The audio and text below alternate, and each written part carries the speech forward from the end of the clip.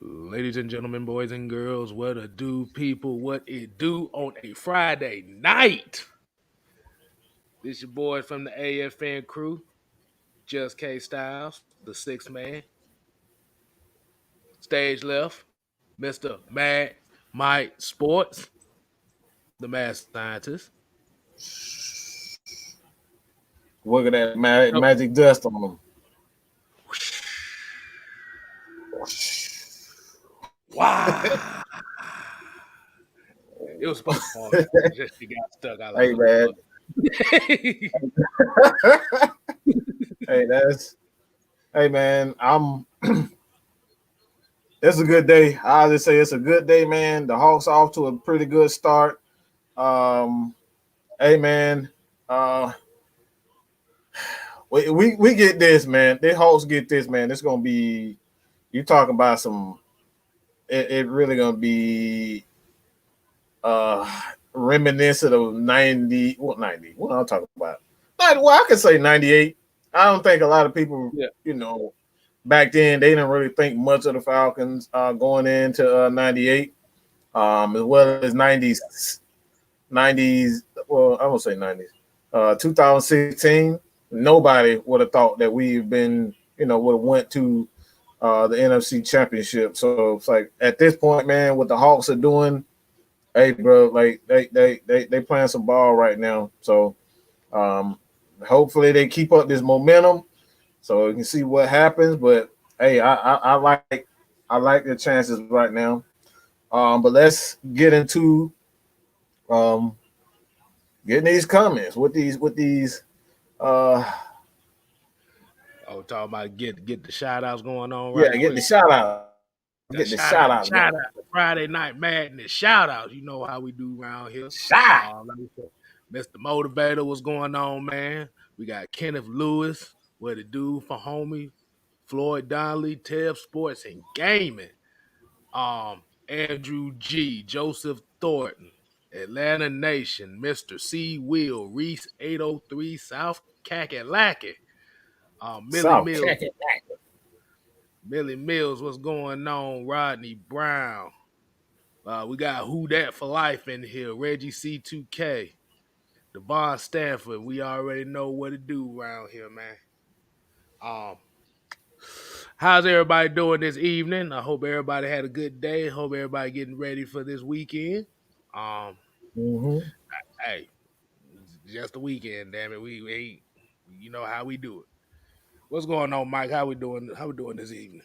Hey man, I think we can kind of get into the first topic. See what we got here. Let's start with. Should we get the Pat Mahomes, Tom Brady on out the way? Might well throw that little tidbit out. Yeah, Yeah. Let's get this out the way. let's get this out I the know, way, man. I know this is supposed to be one of the greatest news things in the gaming world right now. Right. If y'all ain't known this is supposed to be the GOAT edition of Madden 22. If it's the same gameplay as last year, this is not going to be no MVP edition. It's just going to be recent. Right. Yeah, you took the words out of my mouth. Look, I love Pat Mahomes. I love Pat Mahomes to death, and I obviously don't like anything about Tom Brady. All right, but this is absolutely ridiculous. Like, how do you gonna say the MVP edition? Like, Pat Mahomes he did his thing, but that dude played like absolute trash when they needed him most. Okay, absolute trash. Okay, when they needed him most. That offense scored a total of 9 points, and y'all gonna put him say MVP edition? Like, bro, you scored 9 points in the Super Bowl. That's not MVP performance. And you put him and Brady. Some type of fantasy crap? Out of all the people that played in the Super Bowl, they ended up being on the cover edition. Come on, bro. Like, even the Super Bowl was not even all that great. Like, the Super Bowl wasn't even all that great, and you put him in a video. Who the hell want to play with Tom Brady? Like, let's be real. This This is football. This is a video game. Who the hell want to play with old ass Tom Brady? Come on, Hey, brother. I was about to say, did y'all see the trailer? Didn't it look familiar? I didn't. I did not see the trailer. I It may looked need to familiar. take that out. It looked like the same trailer they've been showing the last 4 years. So classic EA Sports, boy. They've been slacking on their game lately, but I don't know what's up with them. But the gameplay ain't even all that great. It's like the same stuff over and over and over again. It's like, yeah, Trey. I believe, like Trey, when he said the worst game Madden cover ever, bruh.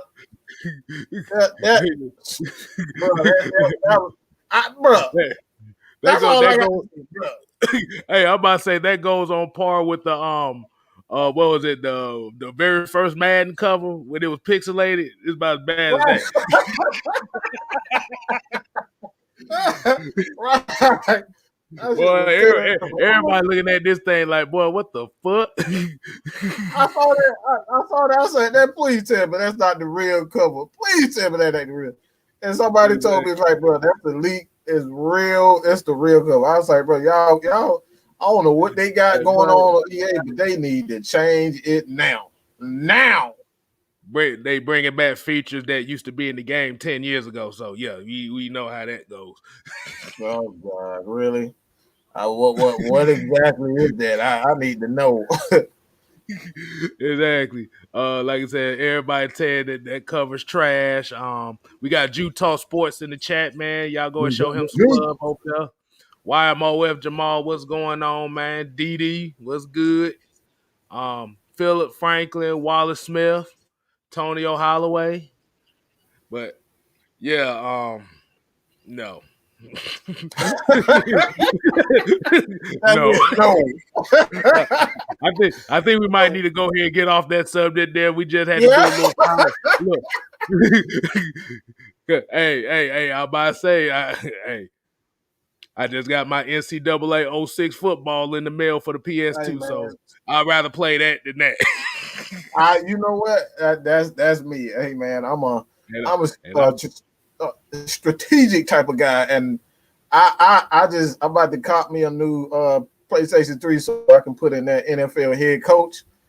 And build a team as a coaching staff, man. Like that's what I'm about to get on. So hey man. Yeah. Reese 803 South Kakalaki said, make sure y'all tell Miss Mads her fans still sending condolences and prayers. Absolutely. Happy early Father's Day also to the whole nation. Hey, we appreciate it, man. And it's gonna be happy Father's Day to all the guys out there that are fathers in their kids' life, stepfathers, grandfathers, all that. If you're a deadbeat, this ain't today. But let's go ahead and get off the Madden subject, man. Mike, what else you got for them? We just want to goddamn waste their time a little bit so we can get some laughs out of them. Yeah, a little bit. Hey man,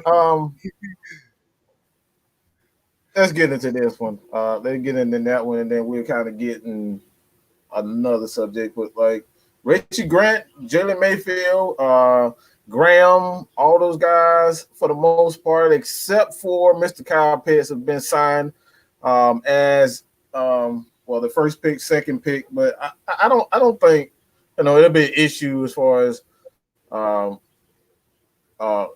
Pitts is concerned. Him being pretty much the first position player outside of the quarterback, I think it's gonna set precedent. So I expect that to really it's gonna be tricky that's one thing I think may be tricky as far as signing Kyle Pitts, because he's one of the players, like, yeah, he's a tight end, but he can play. Look at that side, bro. Like, Jesus Christ. He really do look like Megatron in this picture, boy. Good God. Wow. Like I said, he lines up outside. He's a tight end. He can play inside. It's going to be tricky to see how they are able to pay him. That's the thing, because he is a tight end, but maybe down the line his agent, may try to get some extra money by saying, look, yeah, I'm tight end. You got me starting at tight end, but you think that'll be an issue with him and his agent, saying that, yeah, I play inside, but it's like I line up outside, in the slot, I line up all over the place. So, like, do you think personally, is this something he should ask for in the future? Like more money? Because like I said, he's a tricky guy. He can play all positions. Like he can really play outside, inside. He's a tight end as well. So it's like I think it's going to be one of those situations where it's going to be tricky to see how they pay him. Yeah. But I think there'll be more so of a tight end. I mean, because if he's going to be like, I think just because it's like you said, it's kind of like a tricky situation, kind of like how the whole Jimmy Graham situation with New Orleans went. Remember that Mm-hmm. that when he was trying to get paid like a wide receiver. But I think it's just gonna Mm-hmm. be based on where his percentages as far as where he's gonna line up. Um, Right. I think they're I think definitely he's gonna line up more tight end, but he gonna definitely motion out a lot. And everybody call him Baby Megatron. Um, just long we ain't calling him the unicorn no more because Uh-uh. remember who else got that nickname too? If y'all don't know who got that nickname, that's Kristaps Porzingis. I don't want that. We don't need Yeah. that comparison with him. Yeah, We we calling. don't need that. I'm calling him Stretch Armstrong. I'd rather have that than unicorn. I just don't. A grown man calling a grown man a damn unicorn. Like, bro, Yeah, I'm just not with that at all. I can't do it. I'm not doing that, bro. I'm not calling no grown man a exactly. damn unicorn. Exactly. But as far as Richie Grant, man, there's been some question whether or not he's going to be the starting safety. Because we've seen that Isaiah Oliver is going to play a little bit of safety, and I think you kind of went over that with his 6-man convo. You got to check that out every Thursday on Atlanta Falcons Nation, as well as Just Kstlyz. All right, check out his channel, Just Kstlyz. We're gonna, get him to 1K, get him monetized and whatnot. But um, Richie Grant, man, starting strong safety, starting free safety. Isaiah Oliver, strong safety, free safety. What do you kind of see with those guys, Um, and like I said, I kind of covered it in the 6-man convo yesterday. But basically, what I'm thinking is this is going to be kind of like a 2-4-5 type defense. Um, well, really, it's really going to be like a three. I really think it's going to be like either a 2-4-5 or a 3-3-5 type defense man? because you're definitely going to want Isaiah Oliver on the field as well as Richie Grant. So they might run with a lot of 3 safety looks and kind of have Isaiah Oliver as like that big nickel or kind of Mm-hmm. like that box safety to kind of be like a extra strong he'll really kind of play like a strong safety and a nickel corner. Mm-hmm. And I think that's where they're gonna go because like Richie Grant's range and stuff, you gotta have that on the field. If you don't have that on you, like I said, if you don't have that on the field, that Yeah. ain't gonna put that ain't that's gonna be a damn shame. But the only question now is gonna be who's gonna be that starting strong safety though. You can Mm-hmm. go hard. There's many different ways you can go. You can Harmon, like I said, he looked like he might be the best bet right there.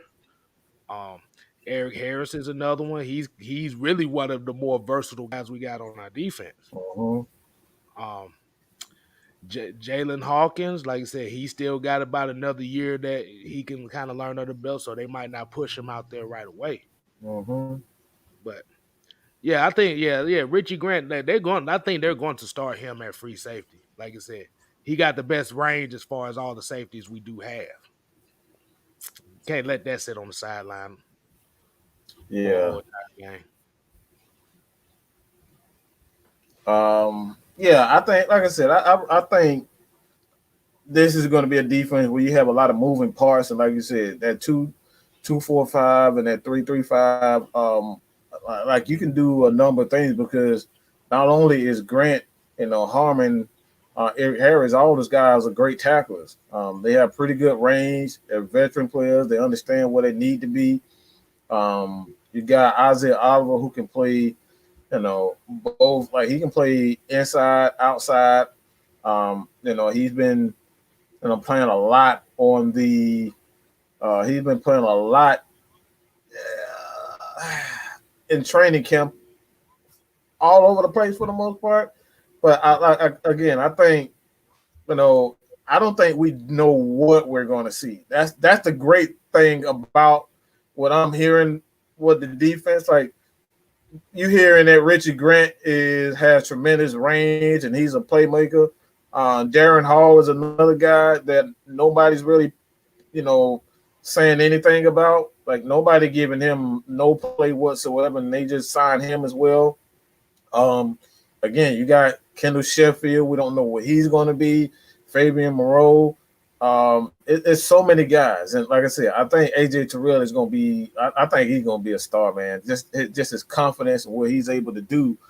Um, I think it's going to be interesting to see, what they do with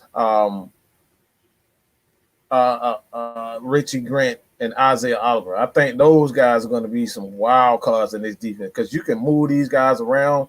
You don't know who's going to come because one thing that I saw in college with Richie Grant is they used him a lot like not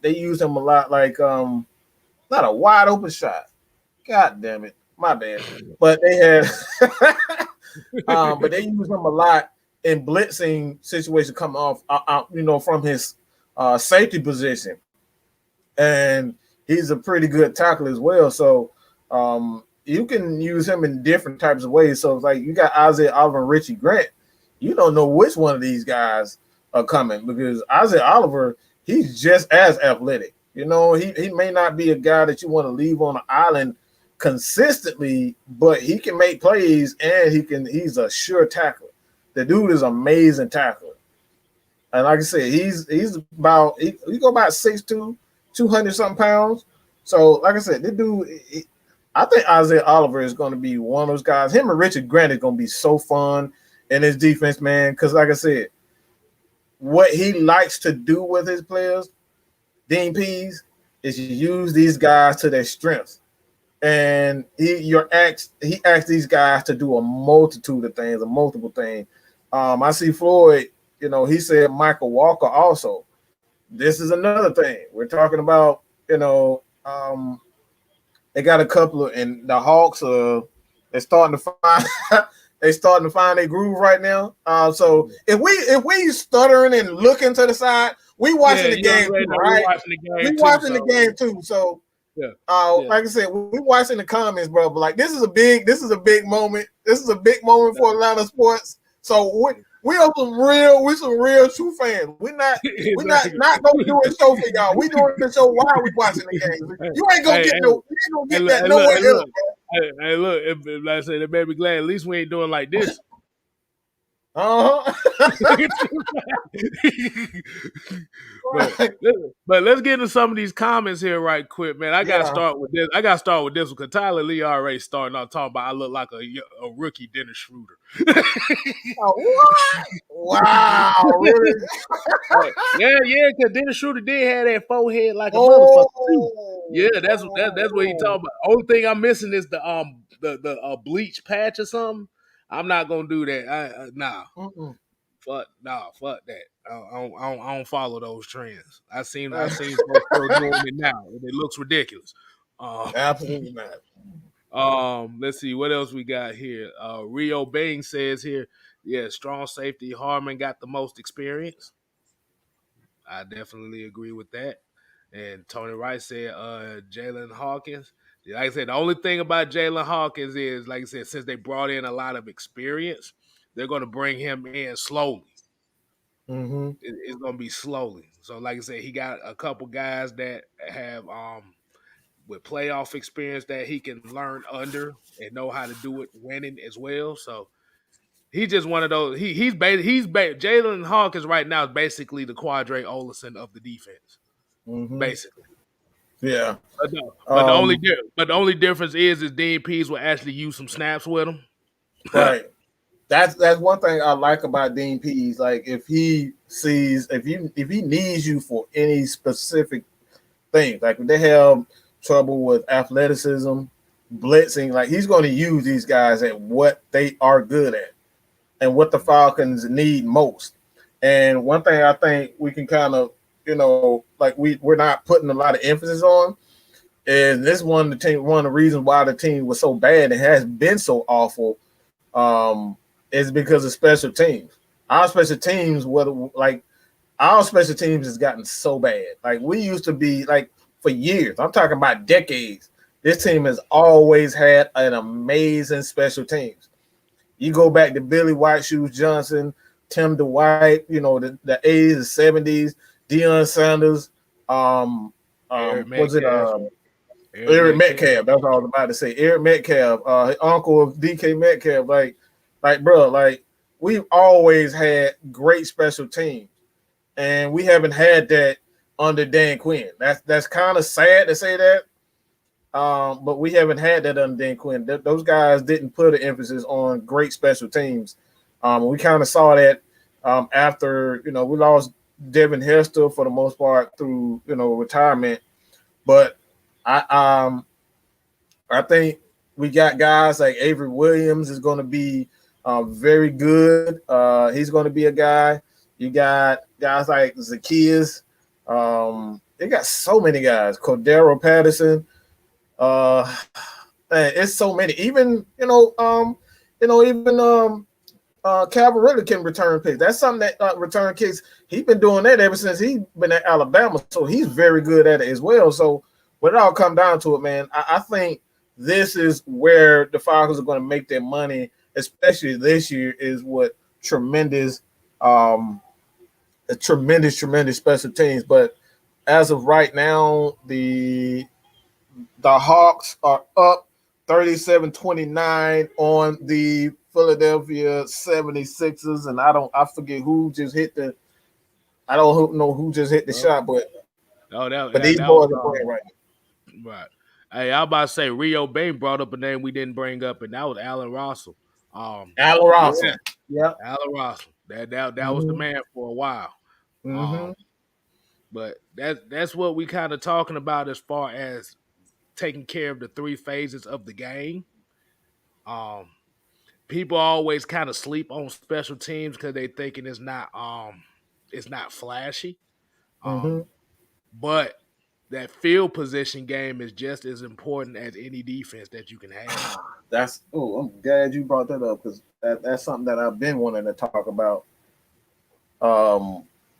Because when you look at Matt Ryan, I think this is why I believe more than anything that Matt Ryan is one of the most the greatest quarterbacks of all time is because of his ability to maintain drives. And it's like the reason why I say that, because when you look at Tom Brady, the field position that he's been awarded with not only the Patriots, but you see with the Bucks, like oftentimes they get the ball at the 40 yard line and they don't have to go 80 yards to score a touchdown because we got fair catch.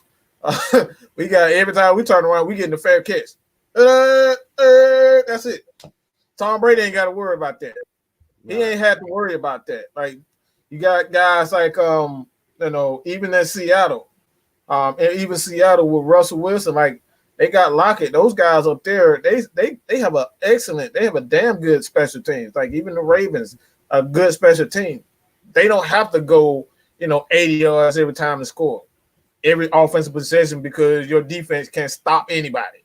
Like that's a huge, like right there is a huge advantage that a lot of quarterbacks have over Matt Ryan. So when it all comes down to it, man, special team is going to be huge. You got to be able to shorten the field. As an offense, you got to be able to shorten the field, have a quarterback, and that right there, that's going to add to I think this is one of the hidden yard. I think this is one of the hidden things when you talk about the Titans team. Like the Titans have they have a complete team. They don't necessarily, drive the ball down. Like they don't go 80 yards. Like they get those. No, they have those 50-yard, drives, those 60-yard drives, but they don't have a bunch of 80-yard drives.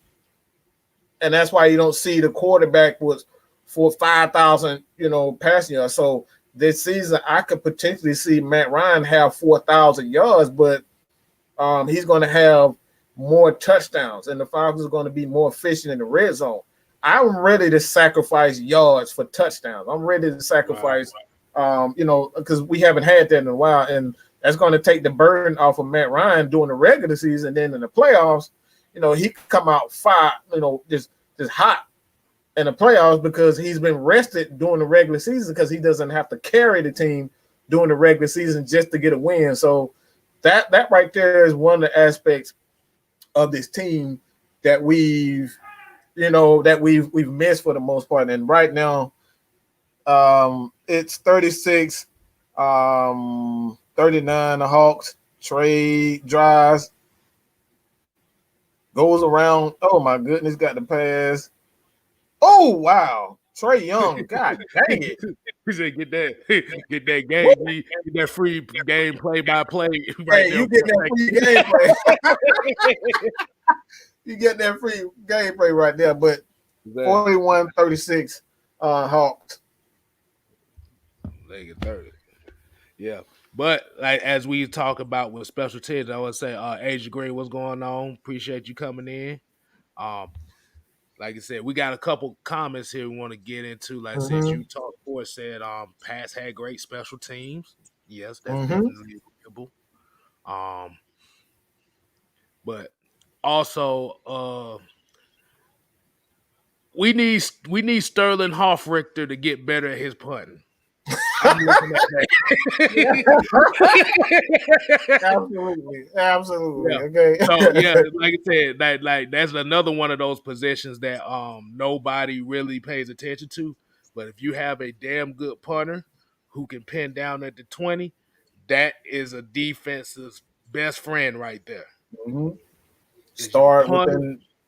Exactly. Start in that 20. You got to start them in the 20, not at the 20, in the 20. Right.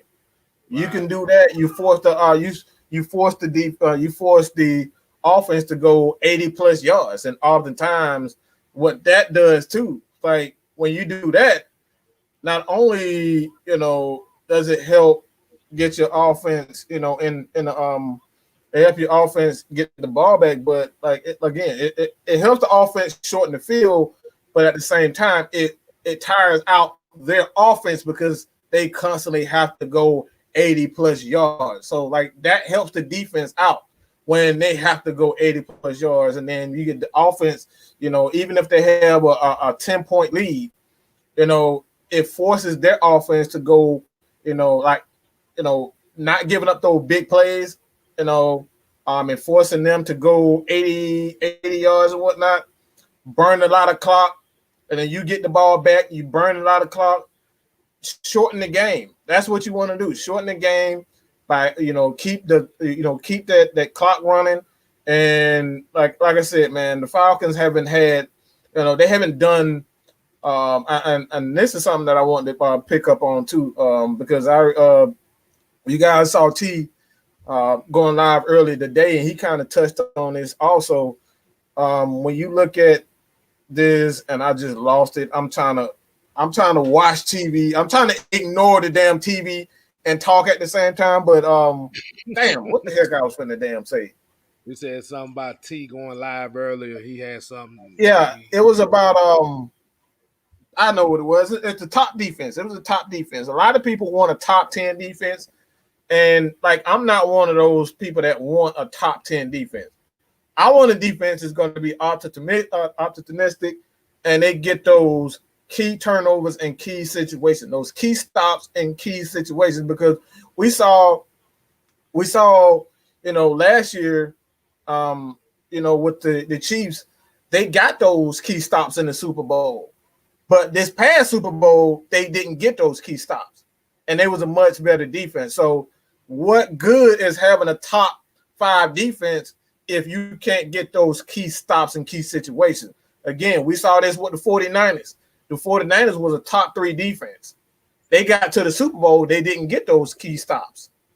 So what good is a top 5 defense if you can't get those key stops in key situations? So I'm not looking for the Falcons to be a top 10 defense at all. I'm looking for these guys to get key stops in key situations, turnovers, to get the ball back to the offense, in their territory, getting those interceptions, getting those third down stops.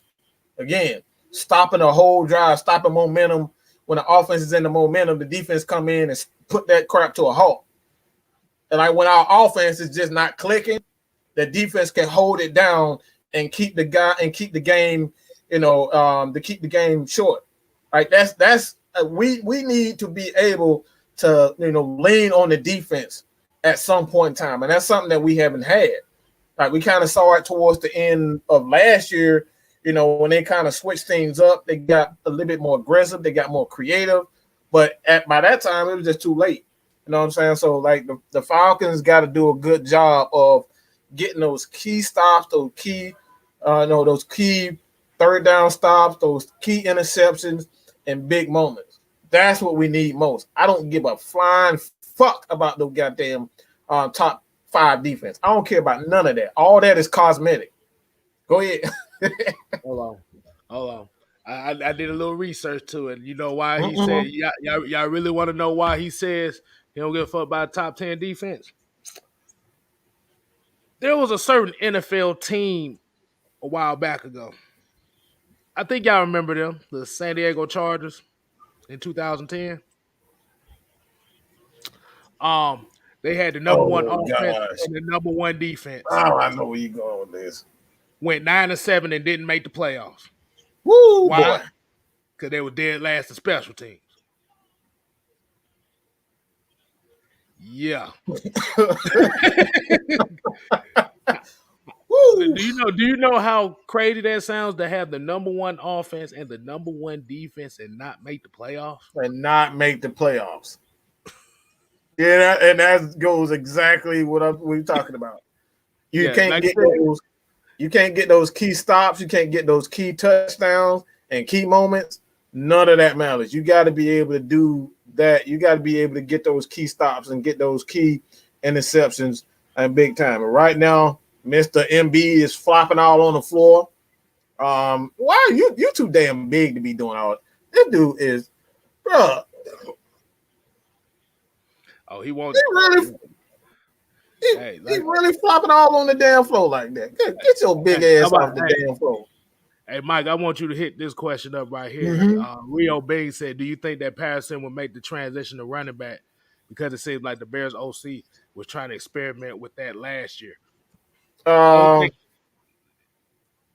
only thing I say about that is he's not going to be a running back. He's just going to be a football player, which means he's just going to be wherever they need him to be at. And like I said, plus if you have a guy like that as your running back, like you said, you can actually flex him out wide because he's a wide receiver. So you don't know what the hell this offense is going to do when he's on the field. But go ahead, Mike.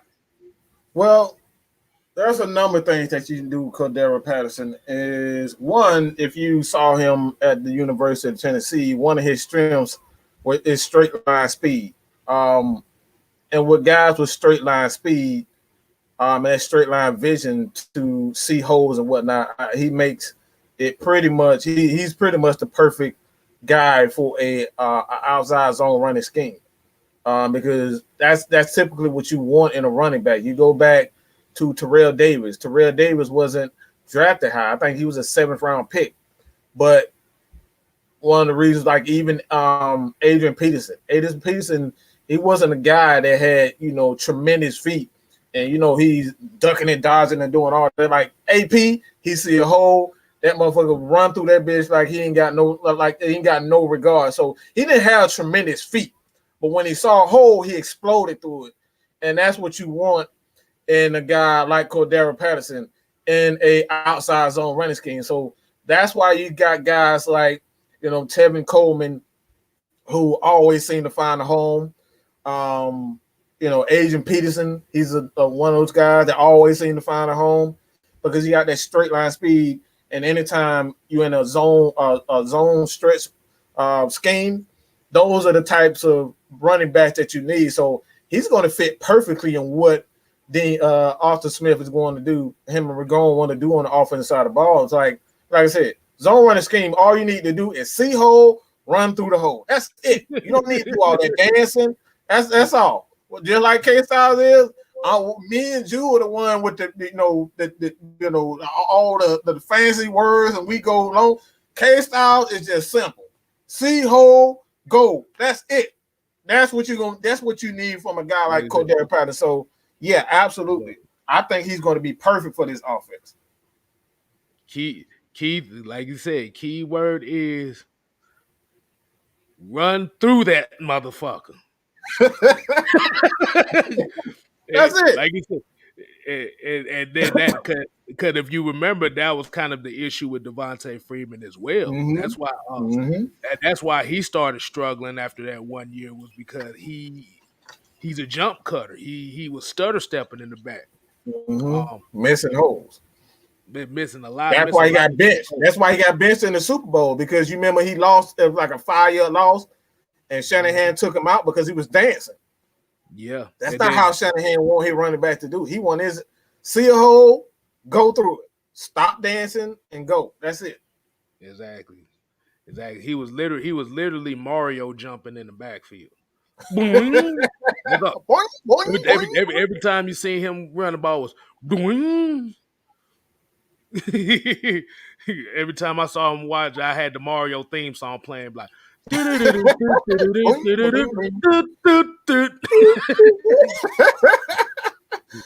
Michael Walker said a bee flop more than a bass fish. He's that man like 7 feet, 300 pounds. You up here flopping on the ground like this. Like, bro, get your big behind up off that damn ground like that. Exactly. But yeah, what's up with McGarry?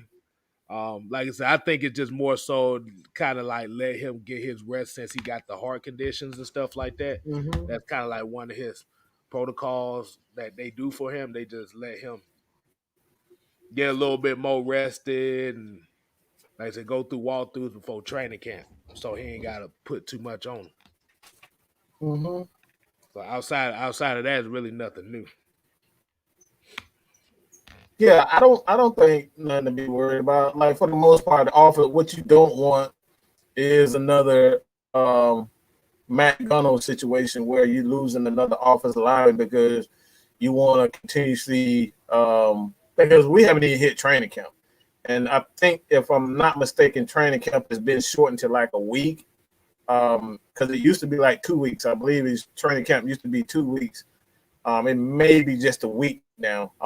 Don't quote me on that. I kind of got to look for the information on that. But training camp is not where it used to be, where even 2 days. Like, I think now you got like 2 days, like maybe once or twice doing training camp. So like that's one thing to kind of keep in mind. Also, a lot of these guys are coming. This is another thing too. A lot of players have off-season surgeries. They quietly have a lot of off-season surgeries, so you don't want to, I wrote all that information. Oh, he got his knee scoped. He got, had something removed, calluses removed from his foot and things like that. Just like little minor things. He had a broken finger, hyperextended knee, or whatever it is. Like, this happens all the time in the offseason. That's why a lot of players, they want more time to be able to recuperate and have those minor surgeries before they actually, get to the season. So you're going to see guys like a Caleb McGarry, young guys like this, get them time to be able to, heal properly. Like we just saw with Calvin Ridley. Everybody thought he was fine. He had no issues finishing the league, Last year, it didn't look like anything was wrong with him. And then next thing you know, we get the training camp, and oh dang, he's not even playing. You know, he just had a minor foot surgery. So these things happen all the time. So I wouldn't put too much into it, him not playing. Like I said, a lot of these players have, like, you never even know. Matt Ryan probably had something done to his toe, foot, anything can happen to anything, anybody that we don't know about it. This is football. This is like these guys have these problems all the time. So I wouldn't put too much stock in it. Yeah. Rakondo King came with this where he said Patterson is a big dude, almost like Henry. I could Oh see yeah. lots of carry. Yes, he's a big dude. He's a big damn dude now. Mm-hmm. But the thing is, the fact that he's also a receiver as well, that gives you another option in the passing game as well. Like you said, Kyle Pitts and Cordarrelle Patterson is going to be major in this offense because you're not going to know where the hell they're going to line up at. Mm-hmm. And that's going to be the beauty of it. And it's going to Mm-hmm. help Calvin Ridley, and it's going to help Russell Gage as well.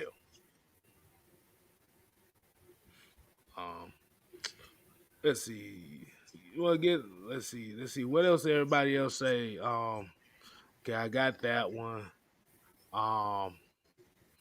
Let's see. What else? Okay, that's another Cordarrelle Patterson. Yeah, Bruce Wayne here says, "I just hope we have a tough defense." Like I said, did you see the? Did you do I need to remind the people what defense we had last year? Right. I think they need to be reminded. I think they do. Okay, so if a lot of people that may be new to this channel, and for the people that already know where I'm about to go with this, when I described the Falcons defense last year, it was the Suki Hana, Amber Rose, slut walk defense. Exactly. So everybody got a chance with this book. Everybody got a chance with it. Everybody was straight fucking our defense. That's how bad it was. Hey man, I believe so. Toughness is all in the mentality of the coach. That's why, if you guys haven't had a chance to check out Atlanta Sports Nation, Atlanta Sports Nation, but Atlanta Sports Unlimited with Terrence Masters, his video today, he pretty much said that it's like, guys, it's all about the mentality. The guys take on the mentality of their head coach. So if your head coach isn't like he's, giving you, and I think let's just be real. Dan Quinn just let these guys do whatever the fuck they want to do. He just let them do whatever the hell. If your toe was hurting, all right, it wasn't no toughing it out. Dan Quinn was gonna say, "It's okay, baby. Go take a day off." That's what he did. That's all. You know what I'm saying? That's exactly what he was. So when it all comes down to it, man, the Falcons have a tough defensive coordinator in Dean Pease. We got a tough-minded offensive a head coach in Arthur Smith, who actually not played, but he was a defensive assistant. So he knows both sides of the ball, and he has that old school mentality. This is what I love most about him. He got that old school mentality. So you're going to see people, if they mess up, guess what? You're going to be held accountable. And this is one of the things that I think, when it all comes down to it, the Falcons are going to have a much tougher team because we don't have a choice. We don't have Julio Jones to bail us out anymore like that.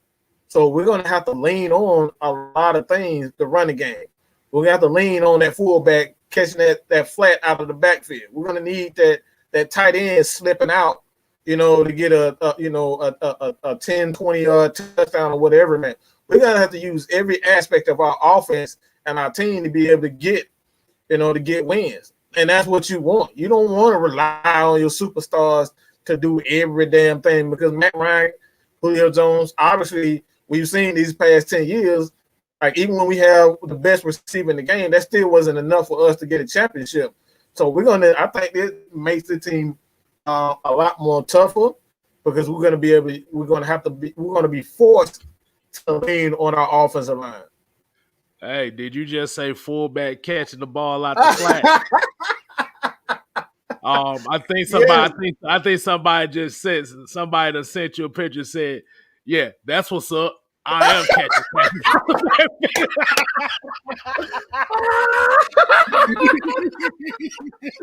I knew you would love that. I knew you would love that one. Hey man, your boy King boy. I'm sorry, boy. He looked like Evan Courageous, boy. I don't know if anybody watched WCW back in the day. Oh my god, bro. Oh, I wonder what them folk gonna say about that. But I want you to hit this comment up. Antonio Holloway said, "How do you feel about Arthur Smith press conferences?" I'm gonna tell you what I think of them. I got a picture just to show you. Oh hell! That's all you need to know right now. Hey. Do you see what that face said? That face says, if you ask me something stupid, I'm slapping the shit out you. You better keep Oh boy, I wonder these folks dying laughing right now, Hey, bro. You man, see this shit? Yo. Hold on, let me yeah. Catching passes. I'm the man. Hey, catching passes. I got you, bro. I got you. I got you. I got you. Oh man, you set it up beautifully though, man. You set that up right. I had to do it. I'm sorry, y'all. I had to do it. Mike set it up. That's that man Mike Kstlyz chemistry. You can't get that nowhere else, boy. The dynamic duo. Oh man, somebody actually, I'm about to say, Reese gave us some props on that. Say y'all chemistry is crazy in a good way. Yeah, you see now why. Hey, boy. Right in my head, boy. Oh my god. Hello, Tony Rice says our young linebacker core has potential to be one of the best in the NFL with Dante Fowler, Foyer, Louis Kahn, Deion Jones, and Michael Walker all starting at linebacker. There's a possibility you'll have one of the more athletic linebacking cores. But the thing is, like you said, with DPs, is the scheme is going to help them reach their full potential. Because, like you said, we're not even just talking about those four, Tony, right? We talking about like the guys like the Errol Thompsons. Like I said, Eric Harris is a linebacker too. So, like I said, everybody's going to get a chance. Like you said, Mike. Every player has a specific thing that they're good at. He's going to utilize all of them, and the best thing about that too is you're going to have fresh bodies at the end of the season. That's a good thing. I'm sorry, boy. That damn Keith Smith picture. Hey, that shit got me Oh man, that was right on point. Hey man, Jarvis Williams, what's going on, man? How you doing, Pepper? Here you go. I think you're gonna like this one, Mike. Mr. Lee said the I formation is gonna be beautiful with the fullback and tight end combination. Yo, hey man, hey, bro. Hey, if you know anything about me and how I like me, even when I play Madden, bro, like I love to use the weak eye, the strong guy, and just the normal I formation. Like that's something that I always believe in because you can do. It's like the West Coast offense, playing against, back in the day playing against the San Francisco with that Bill Walsh offense, and like you can do so many things with your your running backs. You can put them in the flat. All right, you can catch out of the backfield. Like you can, you can roll out. You can do so many things. And I think that's why, teams. That's why the Saints have been so good because they're not afraid to use the weak guy. The weak and strong guy. And the Packers, that's another team. They use the weak and strong guy. the Patriots. Those are old school formations that a lot of newer, younger coaches, they're afraid to use that. That's not Arthur Smith. Arthur Smith, he uses all formations. That's one thing that going back and doing some film work on him. Like, dude is like, he uses all his formations. He don't waste any formations, so you can get something completely different from what you typically saw with the Falcons. Every time you turn around, the Falcons in shotgun. You just knew they were going to be in the shot. At least 60% of the game, they going to be in the shotgun. But now with Arthur Smith, he gonna give you 3 tight end. He gonna give you the 20 12 personnel, 21 personnel. He gonna give you all 13.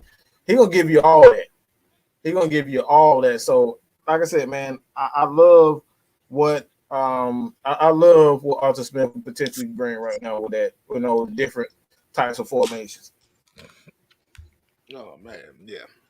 Like I said, I'm kind of like a power I formation guy myself. I mean, that's a beautiful formation.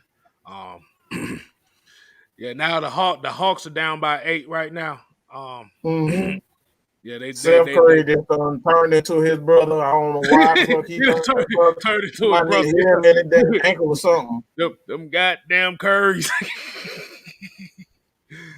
But yeah, like I said, I love like that. That's the one thing I can't say. Like, we haven't really seen a lot of that 21 personnel, 22, 13 personnel like that the last couple years. Cause that's what 2007, 16 through 2018 was. It was a whole bunch of that. And especially like now that you have multiple tight ends that can actually be threats, you have to utilize that. Ezekiel King asked about what happened to Deion Buchanan. Did we keep him? Nah, he got hell no. Hell no. To the no. Hell to the no. To the no. Yeah, hold on. Let me illustrate it better. Hell no. To the no.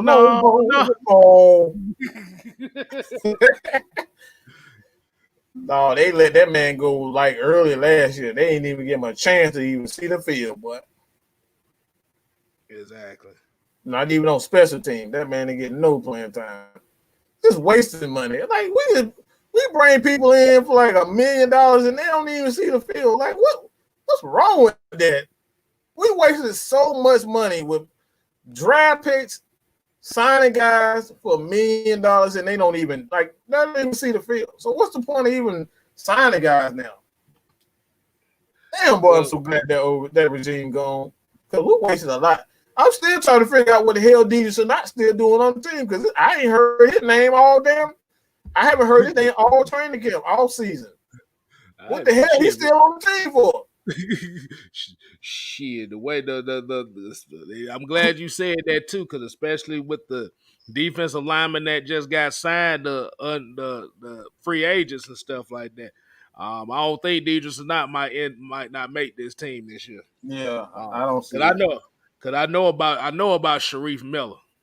Like he's pretty much, like I said, he's just basically just your typical D lineman, but like you said, he got the experience. He's actually played in this league. Oh, I thought I froze up there for a second. But like I said,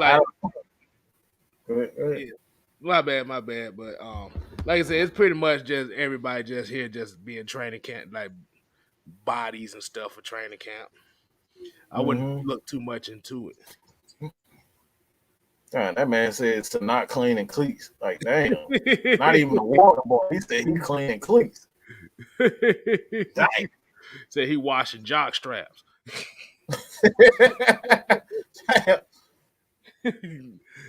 Yeah, man. Shit. Remember, Quadre Olison was holding damn shoulder pads last year. Shit. What the hell you think Sanat was doing? Right. Somebody got to get the cleats.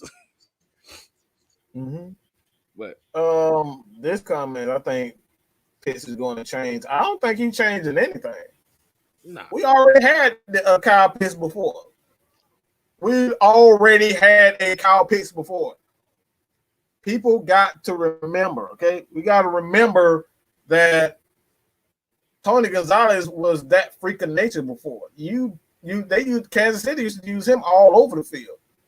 He was lined out outside, inside because he was so big and he could jump. Like Tony Gonzalez in his day, the dude was an absolute freak. He was a basketball player, so you can throw the ball up in the air and you can put a cornerback on him. He's just too big and too strong for linebackers, cornerbacks, safeties. Like Tony Gonzalez was that before Kyle Pitts even got to it.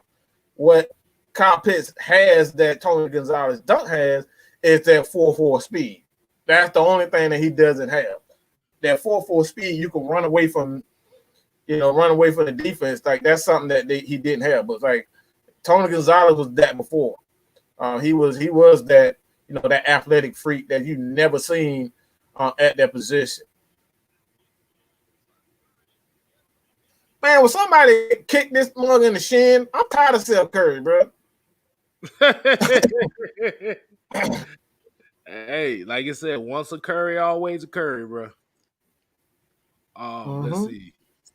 Let's see. Tony Wright says, it's funny because the Cowboys fans are really high on Dan Quinn and they talk about his cover 3 and Joe Good is going to be laughing by mid-season. They going to be crying. Hell nah. Y'all happy about his y'all did y'all not learn y'all lesson against Cowboys? Gilbert. Yeah, you need to go back and watch our game again. All right, go watch our game. Nah, bro, you don't get happy about that cover 3. That cover 3 is absolute trash, bro. Yeah, that ain't gonna work. Like they might have better defensive line to do it in Dallas. I don't know yet. But you don't have safety. Y'all got KZ and Neal who were both injured last year. And Neal was not playing safety, so he's gonna be even more susceptible to running backs that are like a lot more, a lot faster. So yeah, you don't have to carry, get out and try to, you don't really have to guard those wide receivers, but you still got to put out with those running backs, and a lot of those running backs are shifty and fast. So he ain't safe. He ain't safe. He's not safe at all. He ain't safe. You see McCarthy already on the hot seat now. So yeah, you think Dan Quinn gonna do if they sitting there with the OnlyFans defense down in Dallas? Yeah, they ain't gonna work. And I can't even name a Dallas Cowboy corner. I ain't gonna lie to you. I can't even name one of their corners. I have no clue who the hell one of their corners is. So good luck with that. Hold on. Reggie C2K said the Cowboys think they won the lottery getting Neal and KZ. Yo, like I said, I'm look. Good God, I just don't. I don't see how anybody can get. I don't see how you can get happy with Dan Quinn because I like the guy as he's a good person, but when I come down to it, that dude is just his defenses have not been. Like I said, I think that Legion of Boom was just one of those anomalies. Every once in a while, you get a defense that come together and they just have tremendous chemistry, and you try to recreate it. Even Seattle. It's like I don't think when you look at Pete Carroll, I don't think it was just he knew what he was like. I feel like he knows talent, but I don't think he's one of those guys that can build a defense or build a great defense and build a great offense. I think he just knows talent. He puts talent together, and he tries to develop chemistry. And that's the best thing I can say about that Seattle Seahawks team. Like they had tremendous chemistry because even when you look at this defense now with a Bobby Wagner like their defense still sucks. So again, I just think that was one of those anomalies that Seattle was just one of those teams.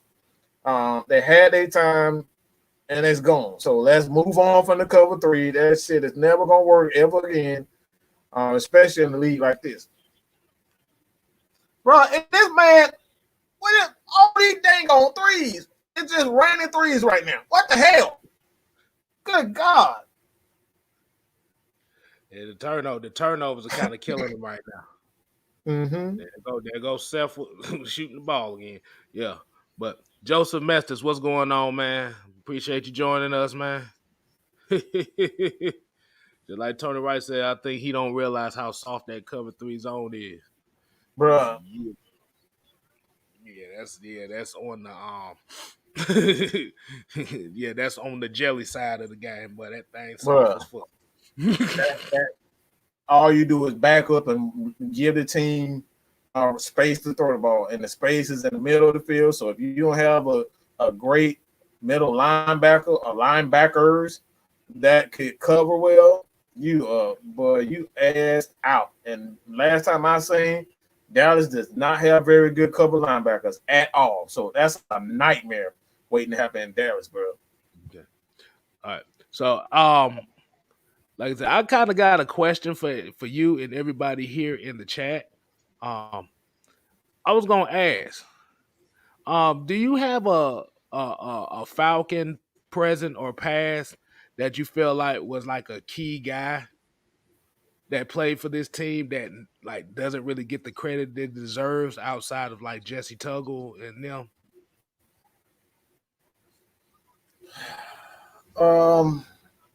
Yeah, I got one that jumps out almost immediately. Todd McClure. I don't think Todd McClure got the respect that he needed. Like that dude was, he was the center of that offense, even going back, at 2012 teams. Like that dude was just, if I'm not mistaken, was he the center? Yeah, Todd McClure was center. Cause he took over for Roberto Garza. Roberto Garza was supposed to have been at 16. Was it 16 and he retired soon? May have been 12. No. I think he retired in 15, and that's when they brought in 15. Okay, so yeah, it was 12. Where like he's one of the main reasons why the offensive line was that great, and I think he had a very good offense, a career. For me, I think Tom McClure definitely didn't get the respect that he deserved as an offensive lineman, man. Yeah, you see the names they got on here right now? Man, Paul about to get blocked with that damn. That boy said Andre Bruce. Yeah, you about to get your ass blocked with that goofy shit. Don't think Falcon fans want to name Andre Bruce in this one right boy. But like I said, we got Reese. He said Roddy White. Mr. Lee got Bob Christian in this thing. Reese brought in Keith Brucken. I'm so and so on that one because I used to like Keith Brucken, but he was really kind of the product of Chris Draft because Chris Draft did the dirty work. But Keith Brucken did what he had to do, so I give him credit on that. Oh, here's a name that we didn't even talk about: Travis Hall and Patrick Kearney. You could throw Brady Smith in that thing too. Gene Batten says Scott Case. Oh yeah, Scott Case was something serious, boy. Scott Case. Isaac Crime said Brett Grimes. That rhymed. Trey said 16, 17, Jake Matthews. I don't even say 16, 17. I think he's just all time underrated. I wouldn't even just put a number on Jake Matthews. Rounds one said Joel Williams. We got Blitz 818 came in with. Hold on, let me do it right. Hold on. That guy right there. That guy right there. Hey, I got that. I got that too. Hey, here you go, Ricardo King. Hey, there your boy Ricardo King. Yeah, definitely. Chuck Smith is definitely one of those. And I would like. I think John Abraham still kind of gets the recognition he deserves down here because that's really the last time we've really had like a consistent pass rusher. So he still gets a little love down here. This guy right here. This guy right here. It's simple as that. He don't get enough respect. He don't give enough credit. Most underrated quarterbacks in the history of the game. Yes, I fucking said it. He's the most underrated quarterback, unappreciated quarterback in the history of the fucking game. Nobody get this guy any type of damn respect. Nobody. Not even his own fans appreciate what he's done. So I like, if you're talking about unappreciated and doesn't get enough respect, Matt Ryan. All he does is does his fucking job, and he's done his job so well that he's literally about 2 years away from breaking or tying the all-time passing record. Yeah. You know what I'm saying? Like, come on. Yeah. Come on, bro. Because I was going to say, I kind of got a name that everybody, it's kind of going to fly over everybody. God damn. John Collins dunked the shit all on goddamn Joel Embiid. Jesus Christ. What the fuck? What the fuck?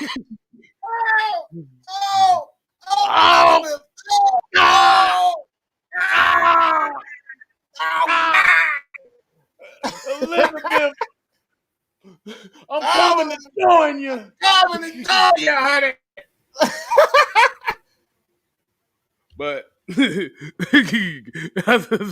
my bad, y'all. I just saw a poster. I said, "What the fuck?" Joel Embiid still on the ground too. He's still on the ground too. I think he bit his tongue or something on that.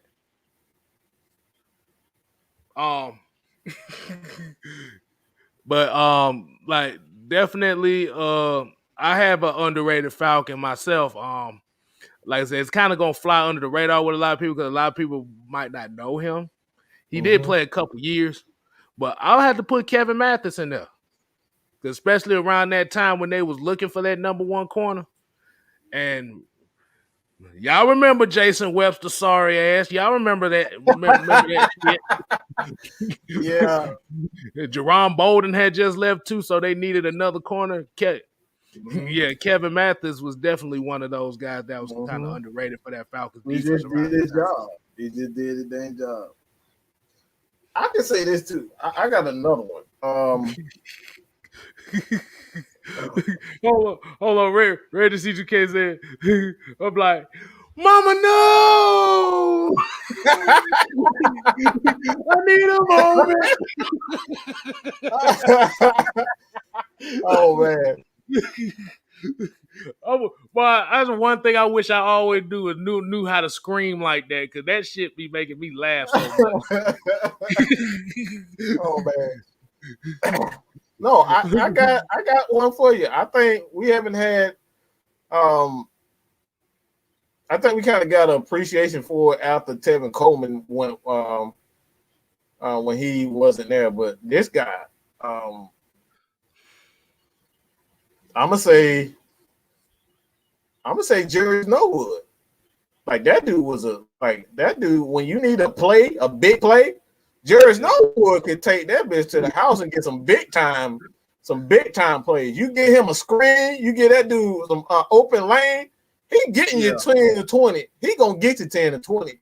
So it's like that changes the pace, bro. I think Jerry Snowwood was definitely one of those underrated guys. And I know people gonna say Antoine Smith, but Jerry Snowwood, Jerry Snowwood was Antoine Smith before Antoine Smith. And the Hawks are back in it, 68-64, Sixers. So they down by 4. Oh man. Yeah, Jerry Norwood was, like I said, he was one of my favorite guys. Like I said, Jason Snelling was another one too. Oh yes. He had to fill in on both fullback and running back. Mm-hmm. Boy, he can take the hell out of them damn shovel passes, boy. You talking about exactly. Shovel passes, boy. Exactly. He take that shovel pass, and somehow every time he touched the shovel pass, he got a first down or a touchdown. One of the two. Exactly. That was like one of the craziest. Oh, I'm about to say it. I'm tired of him hitting these threes, bro. Oh, wait a minute. Hold on. We got a question here. He said, "Who is your most hated Falcon of all time?" He said, "Mine's is Parade Jerry." Oh Lord.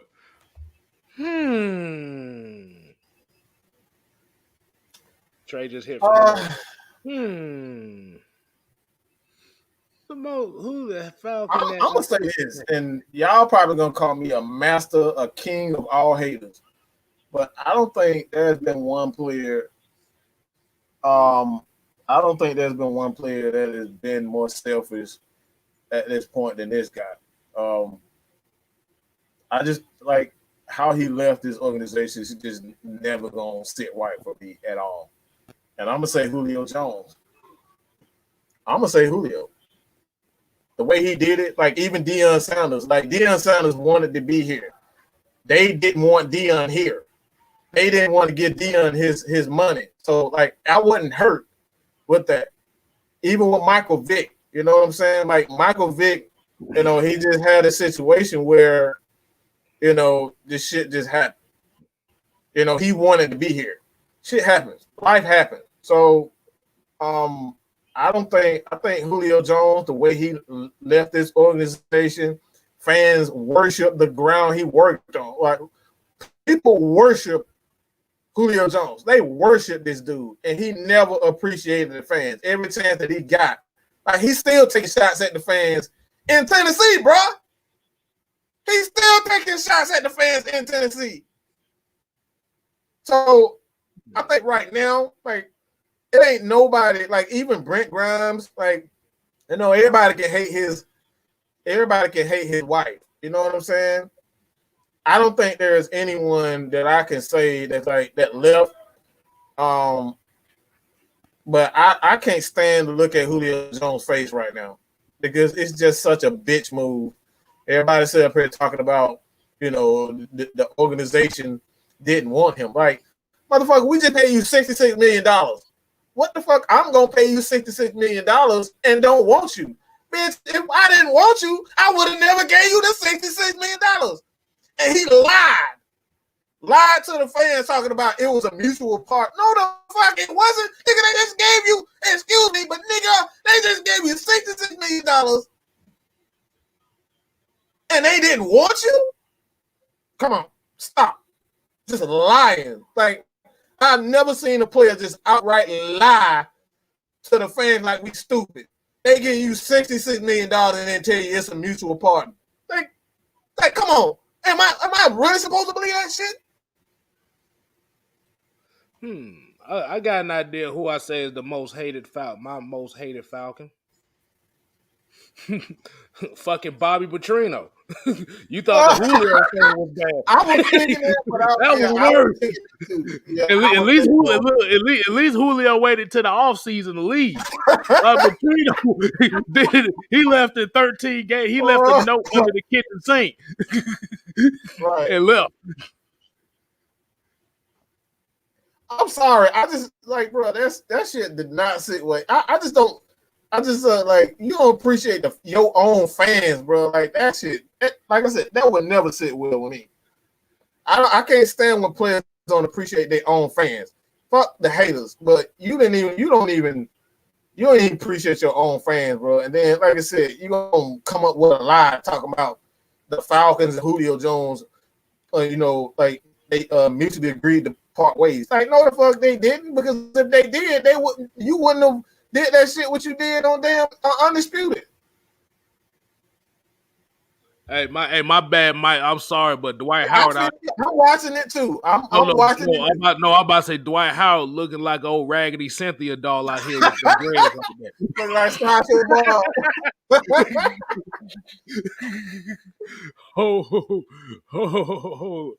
Oh man, go ahead, Mike. I think you look like Sasha Ball with that damn hair. Boy, that is crazy. Hold on. Keep going, Mike. I'm about to pull something up right quick. Hold on. I look. I don't think Julio wanted to play with Matt anymore. I believe outside of course made Julio leave us.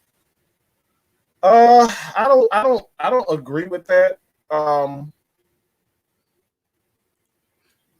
just think Julio just got. I really believe that Julio think he's bigger. He's a bigger influence in the NFL than he actually is. I think that really it just comes down to selfishness.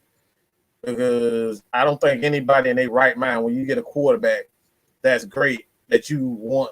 Like, I mean, you see Tom Brady being followed around by Rob Gronkowski. Like, Rob Gronkowski know what greatness look like. You know what I'm saying? This dude followed him all the way to Tampa Bay. Go ahead. I found a picture of Dwight Howard's hairstyle. Here you go.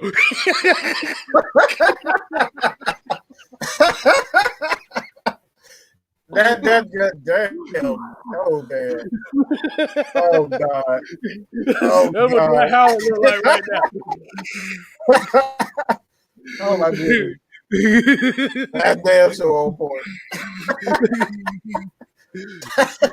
Hell no. I had to do it. Man. But like I said, you could say everything about the Julio thing. Like I said, I'm just more. Like I said, it's kind of water beneath the bridge with me now.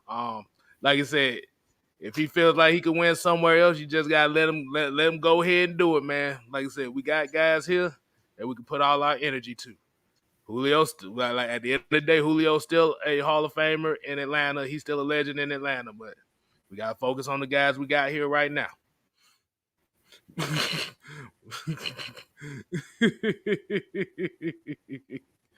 oh man, that picture got me cracking up, boy. I'm still laughing at that Keith Smith picture from earlier, boy. That shit was crazy. But speaking of hell, boy, Doc Rivers need to just go ahead and shave that shit off, boy. He got that LeBron thing sticking in that boy look like Freezer. That boy look like Freezer in the goddamn heat. Oh man. Let's see. The real said, I feel sorry for all the people who bought the new design Falcon jerseys but bought a Julio one. Hey, good thing about it like this, it might be a collector's item later on down the line. So hey, I wouldn't throw it away. You never know. Yeah, I see how people can say bye Petrino, but yeah,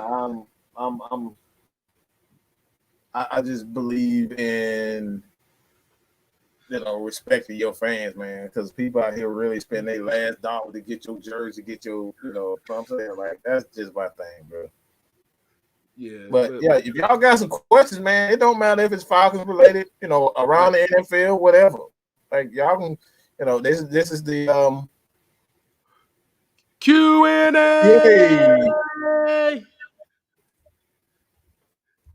Q&A. Oh man, it's all about what y'all want. What like I said, Q&A. Mm-hmm. This is y'all right here. This is y'all portion of the show right here. This is the question that y'all. Ricardo Key said I bought a damn Todd Gurley jersey. Hey.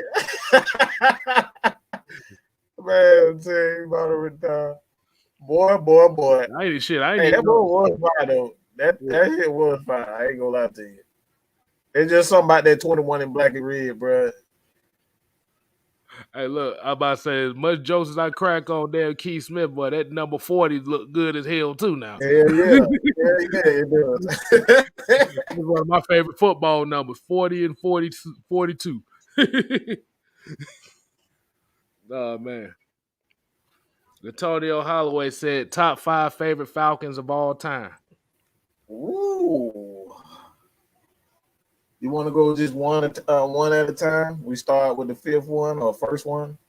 Let's Favorite Falcon of all time. Let's see. I'm gonna put one up here. Man, that's that's a long list of Falcons right there, man. Like I said, this ain't going in no particular order, but like I said, I'm just Right. gonna name some names here. But I said I'm going. Like I said, I'm gonna have to put Deion Sanders. That's one of them. Yeah. Yeah. Um, no particular order. I gotta go with Julio Jones because he pretty much, if he wouldn't have left the Falcons, I think he's definitely a top five. Like no question without a doubt. Like this dude put up 300 in game. He put up 200 multiple times. So like Julio Jones definitely got to be a top five. Okay, I'll put another one up there. And like I said, this is gonna be unbiased here, but Keenan Forney. Ooh, you got a guard in there. I like that. Keenan Forney, man. Hey, like I said, hey, he was an anchor on that offensive line. Like I said, that's the one thing that a lot of people don't talk about those Vic days. That offensive line had to hold up because Vic was running around with his like a chicken with his head cut off. So they had to hold the line of a point of attack. And Keenan Forney was the anchor behind that. So I definitely got to put him up there. He's actually a teacher. He taught Chris Lundstrom actually went to his camp and whatnot. He was kind of teaching them footwork and whatnot. So like he's a great player. Yeah. Definitely. I think this is one. I think you'll like this one. I gotta say, Rod Coleman. I don't think Rod Coleman get enough respect at all. Rod Coleman actually, again, you go back and look at his stats, bro. His stats are almost identical to Warren Sapp. And Warren Sapp is a Hall of Famer. He is damn near identical when it comes down to his stats. Rod Coleman was a hell of a player. When he was here, that dude was one of the most dominant defensive tackles in the league, and he was getting major pressure and major sacks. Boy, I was grinning like a little kid when I met him in person. I was grinning like a kid, boy. That was my favorite player on that Falcons team in that era. You knew I liked that. Because I got two in the chat right now. He got one of them. I kind of caught him at the tail end of his career. I didn't really see him at his peak. Right. Because the thing about it is, he had 30 sacks as a Falcon, 28.5 as a Raider. So he was consistent. That dude was a monster, man. This dude career had 71 tackles for losses. This was our Grady Jarrett back then. Yep. That's it. Tobias Harris just got his dunks swatted away by the Big O. Big O is a great player, man. Big O was a great player. He's a damn shit. That was nasty. But like I said, I'll put another one in there. I'll put Jamal Anderson in there, Mr. Dirty Bird himself. Oh boy, Mr. Dirty Bird himself, man. Yo, Mr. Dirty Bird himself, man. Oh, hey, like I said, you talking about battering ram running back? This was a battering ram, man. Dude was averaging almost 320 yards a carry here in Atlanta. That's why he broke down real quickly after that Super Bowl year, because that boy had too many carries on his body. Way too many carries on his body. Way too many. I go with another running back. I gotta say, the guy right behind you. Hold on. The guy right behind you. That dude right there. That dude was just as much. That dude right there was just as good. he had a lot of carries on his body too. It's like that's why, now we don't see a lot of exactly. Really, God damn it. I don't know what they calling up here, boy. What the hell just happened? Oh, we don't know what the hell. I'm sorry. I'm so confused of what's going on right now. Are they calling a flagrant on somebody?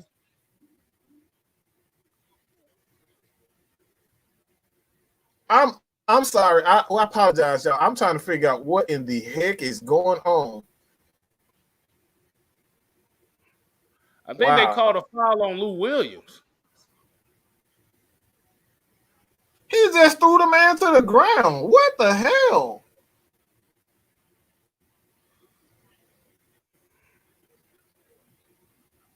Bruh, I just know I did not see what I just saw.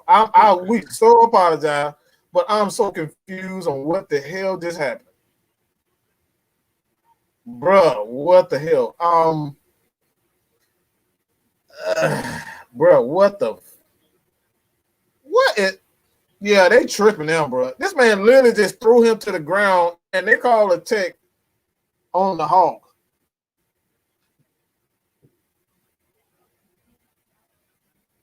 Golly. Oh man. Yeah, they tripping, dog. They want this boy going 7. They try to get assistance every little bit of this. Mm-hmm. He just literally threw this man to the ground like he WWE wrestling, bro.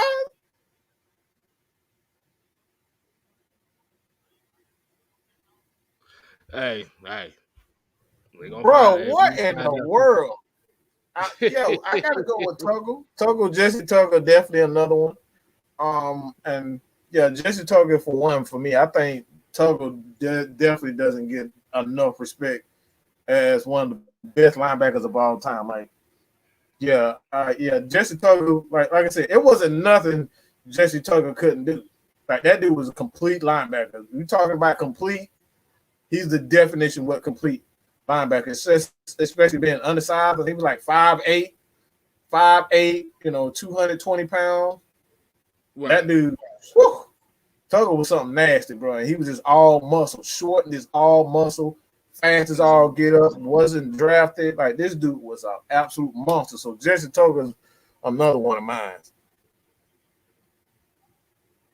Yeah, they up here tripping, man. At least they did that shot didn't go, but yeah, they up here. D-Russ up here tripping, bro.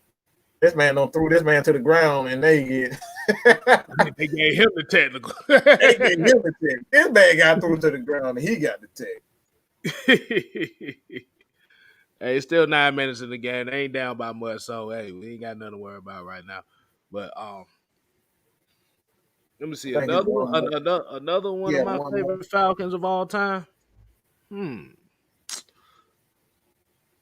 I might have to go. Even though this was brief, I had to go Tony Gonzalez. Even though it was brief. Yeah. Tony Gonzalez. Like, thing about it is we had Algie Crumpler, but Tony Gonzalez was actually was a more effective tight end than Algie Crumpler. Mm-hmm. The thing about Tony Gonzalez, he knew when the hell to get down. Right. Right. Crawford got hit so much, boy. That man, like, he have no way. Boy, he had nightmares about Brian Dawkins. I just say that now. he had nightmares about him. Boy, he refused to go down. Exactly. And Brian Dawkins laid that wood on him that one playoff game. Boy, he ain't been the same since. Absolutely not. But I think I'll do one more. Bob Whitfield, another lineman that I thought didn't get enough respect too. Like he's definitely an all-time great. Like when you look at a dude that pretty much playing with one eye, like bro, you playing with one eye and you still a all-pro. All left tackle at that, not right tackle, off tackle. And he's blind, and he's legally blind in one eye, bro. Well, blind tackle playing on the quarterback's blind side. Yeah. on the Brown side. On the Brown side, bro. Like that dude, that's incredible in itself.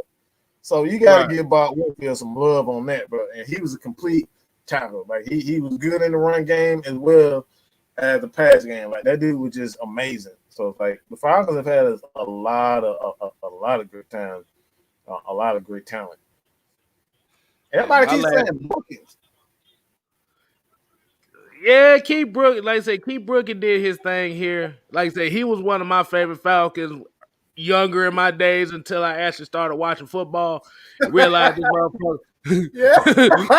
No, he wasn't that damn good. Like I said, with Keith Brookin, you have to give credit to Chris Draft because Chris Draft did a lot of dirty work for Keith Brookin to get open.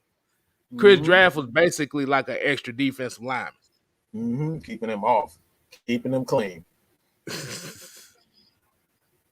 But I'll put one more in there. And I'm gonna say this right here. Like I said, we've already established Matt Ryan as one of them. But like I said, I'm just going. But like I said, I'm just going off past right now. I'm gonna have to put Michael Vick in there. I had to put Michael Vick in there. I know we talk shit about Michael Vick and his inconsistencies as accuracy, but growing up, like I said, he made you want to go see the Falcons. He sold the tickets. He was the Trae Young of the NFL. So, yeah, I had to put Michael Vick in there. And like I said, and what I think what did it for a lot of people was that 2002 overtime game against the Vikings when he made them defenders collide into each other. That's where his legend got born at right there. Yeah, I kind of second that. I want to say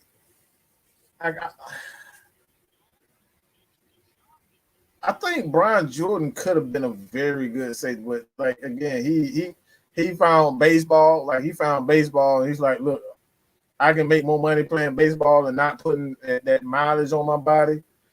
And like a lot of people don't know, like Scott Case and Brian Jordan knows. You're talking about a dynamic duo of safety, bro. Both of them was complete. You got complete safety. Like Scott Case was an interception machine, and he can knock your block off. And that was the exact same thing for Brian Jordan. Like those complete safeties. So like I don't think a lot of people realize how good Brian Jordan was. Like that dude was a monster. You talking about Willie Moe? He was Willie Moe before Willie Moe. Let's think about that. He was a complete safety. Willie Moe would have stayed healthy. Like he would have been a very good. Like he would have been I think he would have been close to being a Hall of Fame. Well, I would say a Hall of Famer. He would have had multiple appearances in the Pro Bowl if he would have stayed. William Moore, but like Brian Jordan, like I said, Brian Jordan was just something else. That dude was just absolutely amazing when it comes down to it. Recondo King is saying he gonna say Matt Ryan. I mean, yeah, we kind of already. Yeah, we've already established that.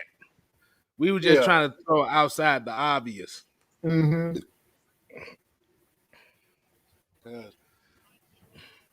I was about to say, bring it up some crazy stuff. That man said keep working because he hates abortion. Bro, what in the hell? What that got to do with it?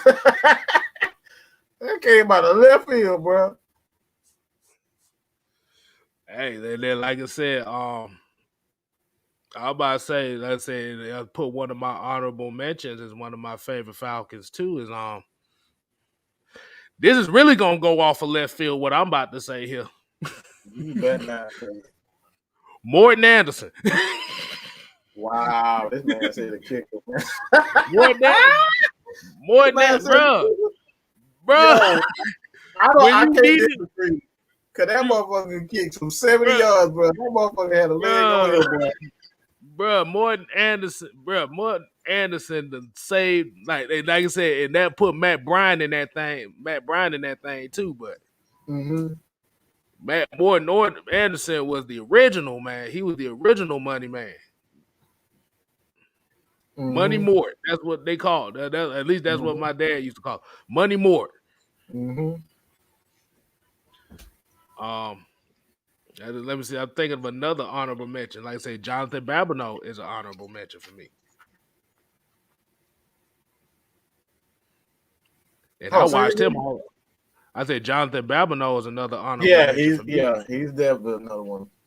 I watched him through college, so I already knew what kind of guy, what type of player he was going to end up being. Yeah. Hey man, that's a lot of them. Golly. That was it. That was it. It's so hard to name 5 of them because it's like it's too many of them. And like I said, it's crazy. William Andrews too. Yeah, a lot of people say William Andrews. I don't disagree with that either. I didn't really that was a little bit way before my time. I ain't gonna lie to you. That was for my time. So like I don't really see that play, so I can't really speak on that. But what I heard from him was like he was a lot of Jamal Anderson before Jamal Anderson. Like he was that guy, that speed and power together. Hey, I'm about to say also you got to throw Terrence Mathis in there. You know what? I was saving that for that. I was actually saving that one. Like, yeah, I know you saving that one, but we got to throw Terrence Mathis in there, man. That like I said, he was like a lot of people don't know when they talk about the Dirty Bird Falcons, we think of Jamal Anderson, Terrence Mathis, and Tony Martin were key in that too, because they had the block. Yeah, they had the block. Well, they had the block. Exactly. And like I said, Terrence wasn't really a big dude, but like I said, he embodied the definition of that Dirty Bird culture, which was the we don't give a fuck what you think. I'm gonna do my job, and I'm gonna see if you can stop me. Hey man, that's why for me, man, we actually got a special. You hear it first right here. Terrence Masters will be on next week. All right, we'll have him on. He's gonna come in and he's gonna give us his thoughts on the state of the Falcons as it speak right now. We getting into training camp, and that's what I love most. I love to get into training camp and see some real battles, like some real battles going out. So it's like Terrence Masters is gonna come in next week. So stay tuned for that. But like Terrence Masters, man, it's like Ben Simmons hitting free throws. Ben Simmons hitting free throws. We got another question right here. Tony Holloway said, what year was y'all favorite Madden game?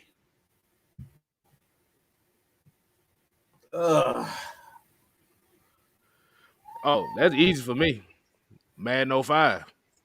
That was my favorite one. I just didn't like a lot of the. I don't like a lot of the newer Maddens. It's just I can't. It's kind of hard to get into the newer ones.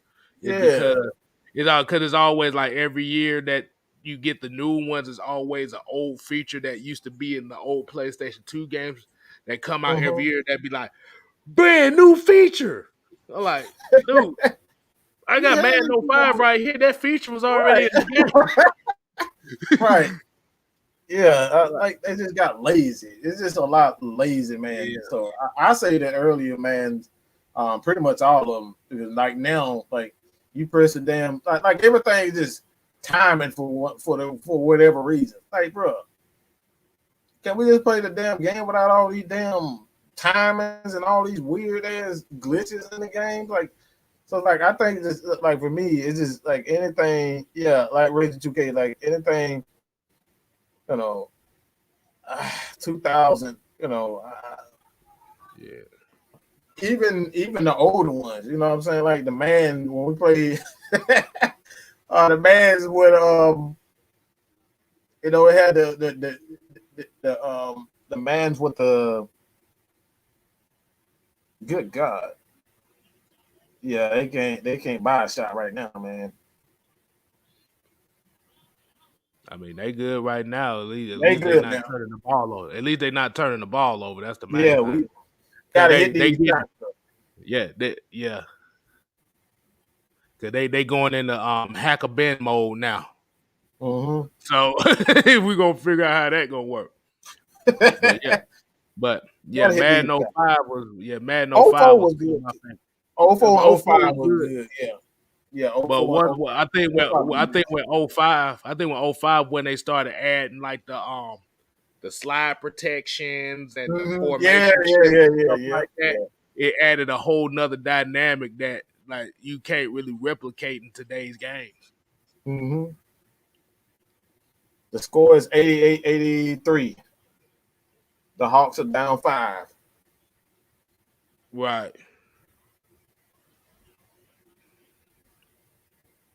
We got under rising. He said Terrence Mathis and under rising are my two underrated, unappreciated Falcons receivers. Yeah. Yeah, Andre Rison was damn good here too. Bad Moon rising. Got his house burnt down.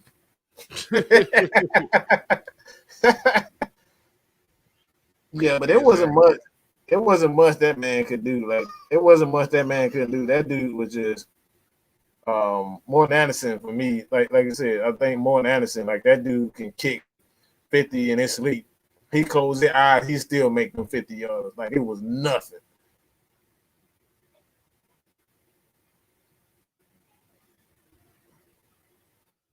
So you guys got any Exactly. more questions, man? You got any more questions? Y'all don't have any more questions? We can damn sure, kind of get everybody, let everybody get back to the game. Yeah. I think everybody ready to tune them back into the game. Um, Mm-hmm. so I guess we want to go ahead and close it out right Yeah, quick. just go. Yeah, let's just go ahead and close it out so everybody can get to the game, man. I'll just go first. Look, man, we're definitely gonna do. We're trying to do the pregame. We're trying to do a pregame show. It may be like 30 minutes on Sunday. We'll see how that goes. Um, but we're definitely doing a post-game show like that. Stay tuned for that. Atlanta Falcons Nation, Kstlyz. Please head over to Kstlyz. Help him get to that 1K. All right, please, everybody, just go over there. He's gonna do a lot of stuff, especially, a lot of as everybody, the Hawks. All right. Yeah, but everybody here at the Just Kstlyz show, man. And subscribe there. Atlanta Falcon Nation trying to get to 2K before the season starts. So, hey man, we got absolutely nothing but love and respect for you guys. Cause y'all, like, even right now, when everything is going good, the Hawks, the Hawks are playing right now, but y'all still sit here with us. But that being said, man, like I said, hit us, continue to support us, man. We definitely love everything you guys do for us. Trust me, like if it wasn't for y'all, man, there would be no AF fans. So we greatly appreciate it. Only thing I gotta say is we appreciate everybody tuning in. We're here. I know everybody's kind of doing double take duties with the game and this Mm-hmm. show. Um, Mm-hmm. but only thing I gotta say is make sure y'all follow Just Kstlyz channel. I am 690 something away from 1,000. We trying to get to that 1K anytime it could possibly can. But at the end of the day, I still enjoy doing this, enjoying the chopping it up with y'all. Appreciate Mike. Like I said, Mm-hmm. let me kick it on with him on these Friday Night Madness shows. And Yes, sir. the whole thing I have to say is this is the Atlanta Falcon Nation slogan is what we tell him, Mike. You ain't got to go home. But you got to get the hell up out of here. But the slogan is we ain't here to We play. ain't. We here to We ain't stay. here to play. We are here to stay. Yes, Atlanta sir. Falcon Nation, all day, every day. All day, every day. Y'all already know. Peace.